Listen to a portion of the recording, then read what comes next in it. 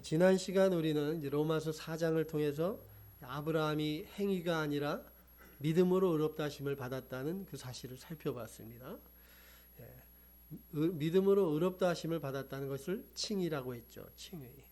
이 칭의는 그러므로 우리가 무엇을 해서 얻은 결과가 아니라 하나님께서 은혜로 주신 선물인 것입니다. 그렇다면 질문이 하나 생길 수 있습니다. 그럼 믿음으로 의롭다 하심을 받은 사람의 삶은 그러면 어떻게 달라지는 것인가? 그러한 의문이 듭니다. 그래서 오늘 본문은 칭의를 받은 우리가 어떠한 은혜를 누리며 살아가게 되었는지를 보여줍니다. 그러면 칭의를 받은 자에게 하나님께서 주시는 놀라운 결과가 어떤 것들이 있는지 한번 살펴보기 원합니다. 칭의의 결과로 첫 번째로 화평입니다. 하나님과 화평을 누립니다. 본문 1절 말씀 다 같이요. 그러므로 우리가 믿음으로 의롭다 하심을 받았으니 우리 주 예수 그리스도로 말미암아 하나님과 화평을 누리자. 아멘. 그러므로 이렇게 시작합니다. 여기서 그러므로는 앞에 4장 말씀의 결론입니다. 결론. 아브라함이 행위가 아니라 믿음으로 의롭다 하심을 받은 것처럼 저와 여러분 우리도 예수 그리스도를 믿음으로 하나님 앞에 의롭다 인정을 받았다는 것이죠. 이것은 우리의 모든 죄를 하나님께서 죄 없다고 인정해 주셨다는 뜻입니다. 어떻게요? 주 예수 그리스도로 말미암아. 오늘 본문에도 있죠. 우리 주 예수 그리스도로 말미암아. 예수 그리스도께서 십자가의 죽으심과 부활로 이루신 복음, 그 복음을 믿음으로, 예수님을 나의 구주로 믿음으로 불의한 우리가 하나님 앞에 의롭다고 인정받게 된 것입니다. 예수님 안에서 그러므로 하나님과 우리 사이의 죄가 없어지게 된 것입니다. 그래서 죄가 없으므로 거룩하신 하나님과 다시 교제할 수 있게 됐습니다. 하나님과 다시 화평을 누리게 된 것입니다. 인간이 왜 불안하고 두려워하는가 하면 죄 때문이죠. 하나님의 피조물인 인간은 하나님과 교제하며 하나님 안에 있을 때 가장 안정적이고 평안한 것입니다. 그런데 죄 때문에 하나님과의 관계가 끊어지고 창조주 하나님과 멀어지게 되니까 불안한 것입니다. 마치 갓난아이가 자기를 낳아준 어머니와 이렇게 떨어져 있으면 불안한 것과 같은 그러한 이치가 되는 것입니다. 그러기 때문에 죄의 문제만 해결되면 인간은 하나님과 화평을 누릴 수 있게 되는 것입니다. 그런데 우리 인간은 스스로는 죄를 절대로 해결할 수 없습니다. 왜냐하면 모두가 다 죄인이기 때문입니다. 우리가 절대로 해결할 수 없는 이 죄를 우리 대신 하나님께서, 예수님께서 해결해 주셨습니다. 구약시대에는 사람이 죄를 지면 어떻게 했습니까? 소나 양 같은 짐승을 잡아서 하나님께 제물로 드렸습니다. 소나 양이 죄 지은 사람을 대신해서 죄를 짊어지고 피 흘려 죽을 때 그 사람의 죄가 사해지는 것입니다. 죄의 값은 사망이라고 했습니다. 죄값은 반드시 피를 흘려야 되기 때문입니다. 제물로 희생된 짐승의 피로 인해서 죄 지은 사람은 죄가 해결됐으니까 하나님과 다시 화목하게 되는 것입니다. 그래서 그 제물을 무슨 제물이라고 했습니까? 구약에 화로 시작합니다. 무슨 제물? 화목제물. 화목제물이라고 하는 것입니다. 그렇지만 이것은 일시적인 것이었죠. 또 죄를 지으면 또 다시 제물을 바쳐야 했던 것입니다. 그런데 하나님께서 우리를 사랑하셔서 우리를 위해 예비하신 어린 양, 바로 예수 그리스도께서 이 땅에 오셔서 우리를 대신해 화목제물이 되어 십자가에 못 박혀 피 흘려 주셨습니다. 완전히 의로우신 예수님의 피는 완전한 죄사함의 피입니다. 예수님을 마음으로 믿는 자는 모든 죄가 단번에 다 사해지게 되는 것입니다. 예수 그리스도 안에서 하나님 앞에서 죄인이 아닌 이제 의인이 되는 것입니다. 이제 저와 여러분 우리는 우리 주 예수 그리스도로 말미암아 하나님과 화평을 누리게 된 것입니다. 예수님 안에서 우리는 더 이상 죄인이 아닙니다. 죄가 나를 주장하지 못합니다. 예수님 안에서 우리는 참 자유를 누리게 된 것입니다. 마태복음 11장 28절에 예수님께서 말씀하셨죠. 수고하고 무거운 짐진 자들아 다 내게로 오라. 내가 너희를 쉬게 하리라. 예수님을 믿고 예수님 안에 사는 자에게 참 안식이 찾아옵니다. 세상이 줄 수 없는 참 평안이 찾아오는 것입니다. 요한복음 14장 27절에 예수님 말씀하십니다. 요한복음 14장 27절 다 같이요. 평안을 너희에게 끼치노니 곧 나의 평안을 너희에게 주노라. 내가 너희에게 주는 것은 세상이 주는 것과 같지 아니하니라. 너희는 마음에 근심하지도 말고 두려워하지도 말라. 아멘. 완전히 의로우신 죄가 하나도 없으신 예수님께서 주시는 평안이야말로 진정한 평안입니다. 이제 예수님 믿고 생명의 빛이 되신 예수님이 내 안에 살아 계십니다. 그러므로 어둠이 나를 주장하지 못합니다. 사망에서 생명으로 옮겨져서 빛의 세계에 우리는 살게 된 것입니다. 그러므로 마음의 두려움이나 근심은 사라지게 되어 있습니다. 이것이 진정한 샬롬, 하나님이 주시는 평화인 것입니다. 자, 여러분, 우리는 예배를 통해서 하나님 앞에 나옵니다. 예배를 통해서 하나님을 만납니다. 그리고 그 중심에 우리 주 예수 그리스도께서 함께 하십니다.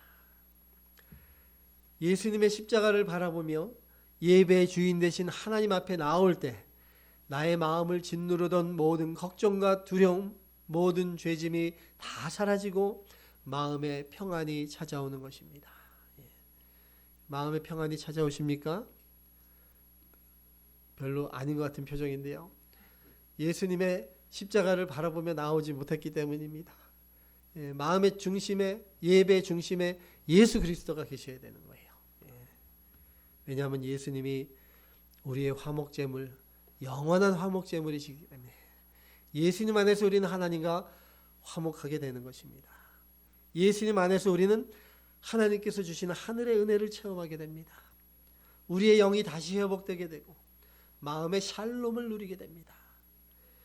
그러므로 예배는 하나님과 다시 화목하게 되는 가장 중요한 축복의 통로인 것입니다.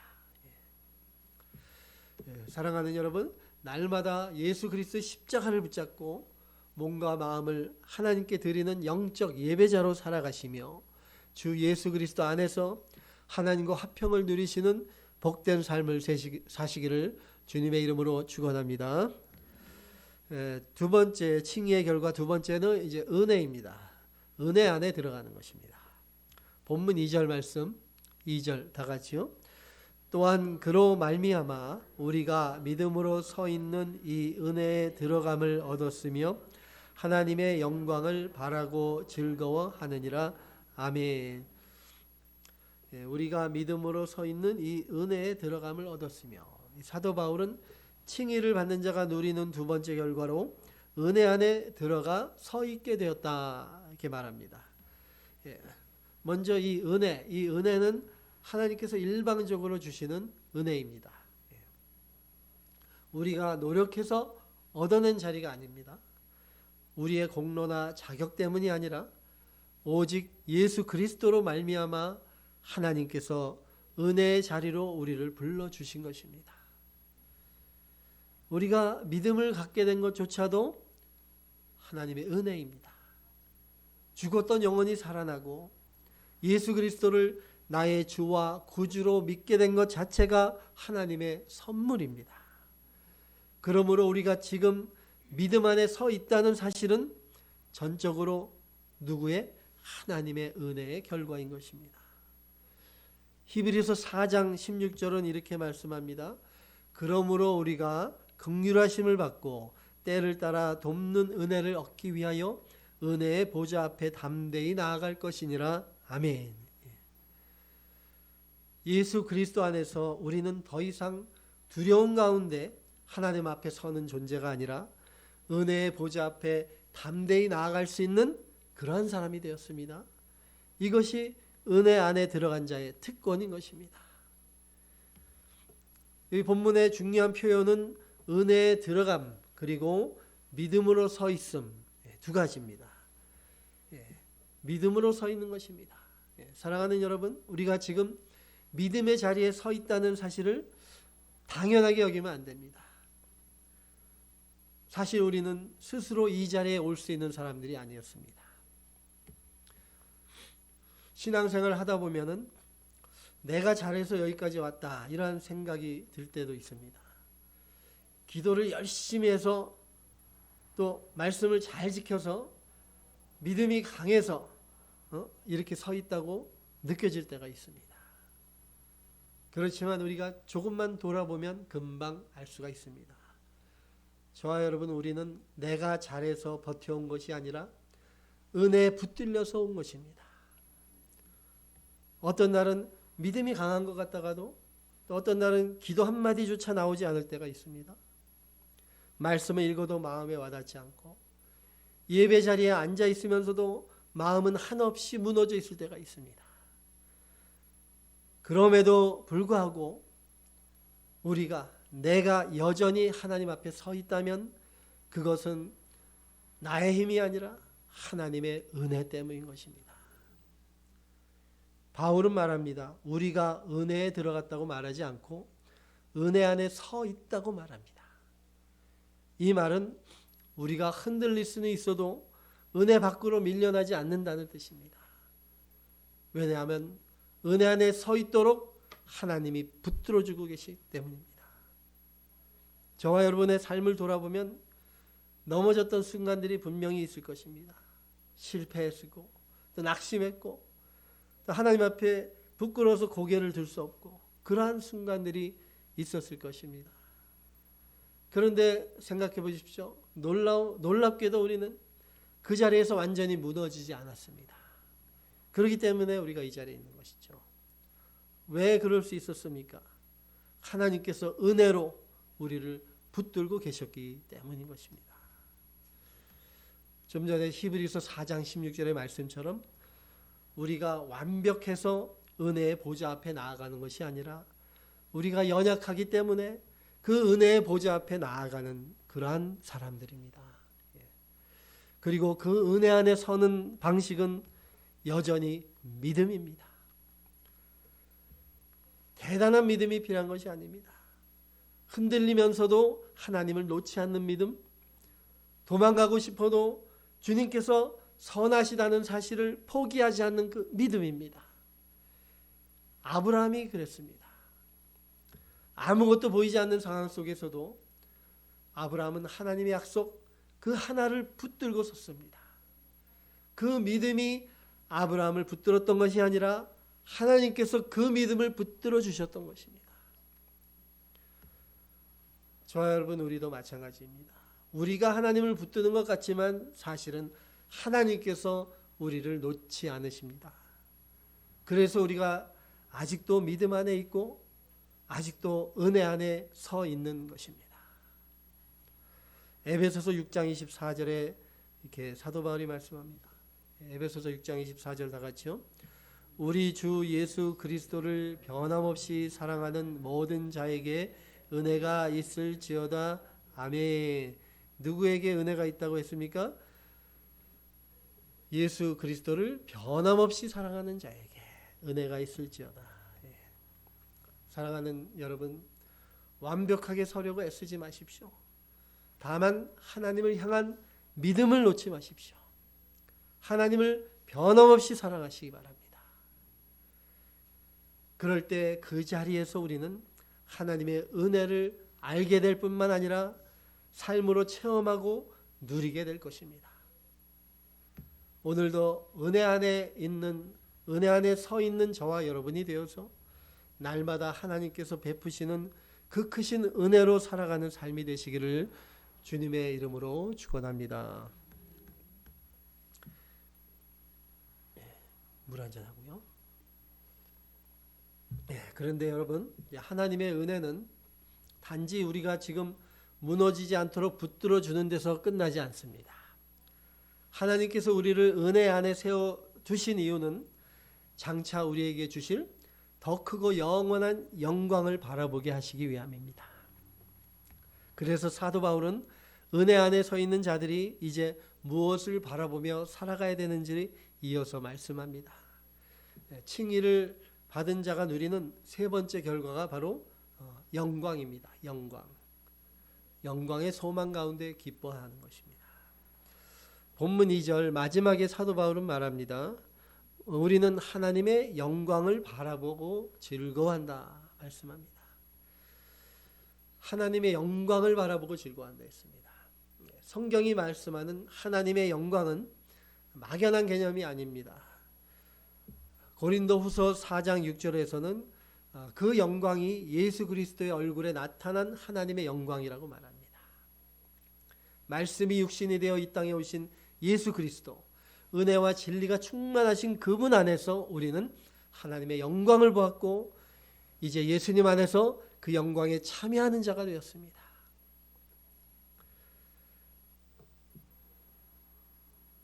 저와 여러분, 우리는 여전히 연약한 육신에 살고 있습니다. 때로는 세상에서 약해 보이고 또 미움을 받기도 합니다. 그렇지만 이것이 우리의 최종 모습이 아니죠. 우리 안에 예수 그리스도께서 살아계시기 때문에 우리는 반드시 영광의 주님과 같은 모습으로 변화될 것입니다. 그래서 바울은 하나님의 영광을 바라보고 즐거워한다 이렇게 말씀하는 것입니다. 여기서 바란다는 것은 확실한 소망을 바라본다는 것입니다. 어린아이가 자라면 어른이 되죠. 그게 자연스러운 것입니다. 그것처럼 하나님의 자녀인 우리들은 반드시 영광에 이르게 될 것입니다.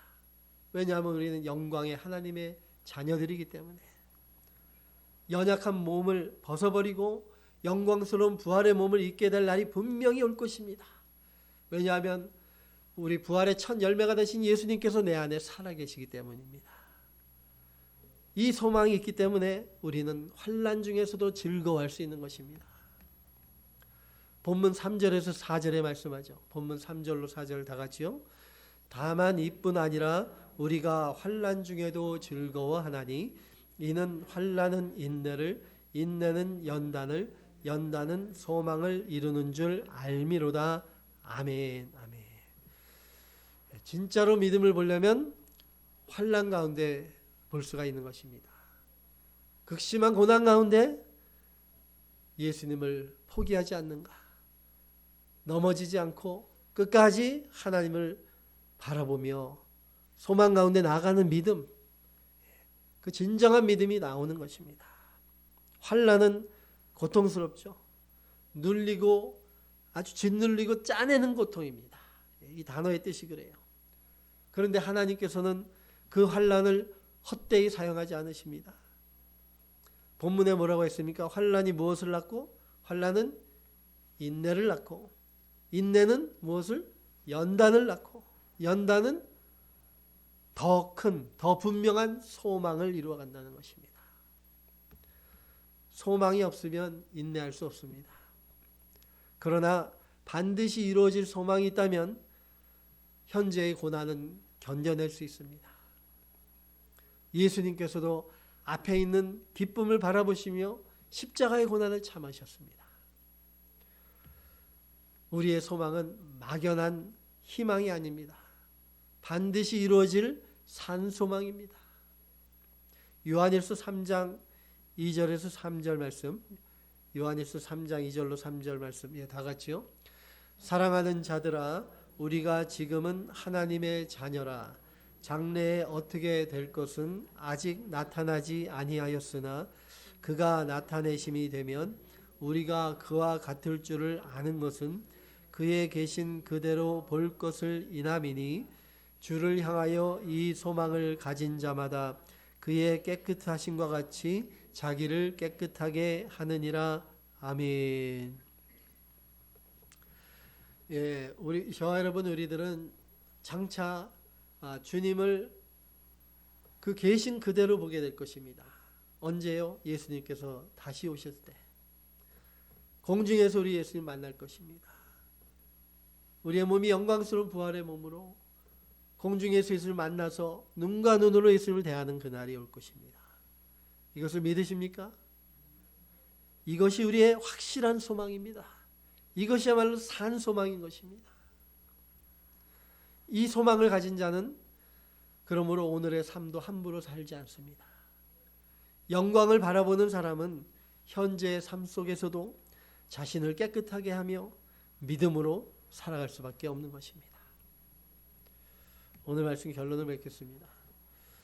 사랑하는 여러분, 칭의를 받은 우리는 주 예수 그리스도 안에서 하나님과 화평을 누리는 자가 되었고 하나님의 은혜 안에 굳게 서 있는 자가 되었고 장차 나타날 하나님의 영광을 소망하며 기쁨 가운데 살아가는 사람들이 되었습니다.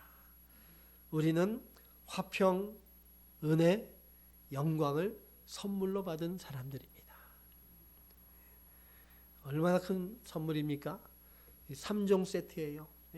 화평, 은혜, 영광. 다 같이 해보십시다. 시작. 화평, 은혜, 영광. 아멘, 아멘. 앞으로의 삶이 중요합니다. 이제 주님 만나기 전까지 앞으로의 삶 속에서 어떠한 상황과 형편이 올지 모르지만 그 가운데서도 주 예수 그리스도 안에서 주어진 이 은혜의 자리, 이 자리를 놓치지 않게 해 주시옵소서. 기도해야 됩니다. 환난 중에도 소망을 붙들며 끝까지 믿음으로 서 있게 하여 주시옵소서. 이러한 기도를 하시는 저와 여러분이 다 되기 원합니다. 그리하여 하나님께서 주시는 참된 평안과 날마다 새롭게 부어주신 은혜와 영광의 소망 가운데서 누리는 기쁨이 저와 여러분 가정과 삶의 걸음마다 충만하게 임하시기를 우리 주 예수 그리스도의 이름으로 간절히 축원합니다.